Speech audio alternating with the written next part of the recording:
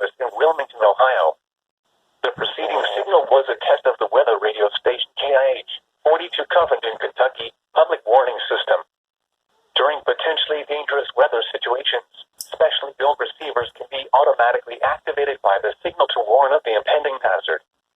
Tests of the signal and receiver's performance are normally conducted by the National Weather Service between 11 a.m. and noon each Wednesday. If there is a threat of severe weather, the test will be postponed to the next available good weather day. Reception of this broadcast, and especially the warning alarm tone, will vary at any given location.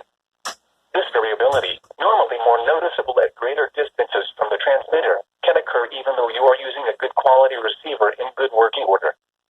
The warning alarm tone will be activated for hazardous watches and warnings for the following counties in Ohio: Brown, Butler, Claremont, Clinton, Hamilton, Highland, and Warren. In Kentucky: Boone, Bracken, Campbell, Carroll, Gallatin, Grant, Kenton, Mason, Owen, Pendleton, and Robertson. And finally, in Indiana: Dearborn, Fayette, Franklin, Ohio, Ripley, Switzerland, and Union. This concludes the weekly test of weather radio station KIH.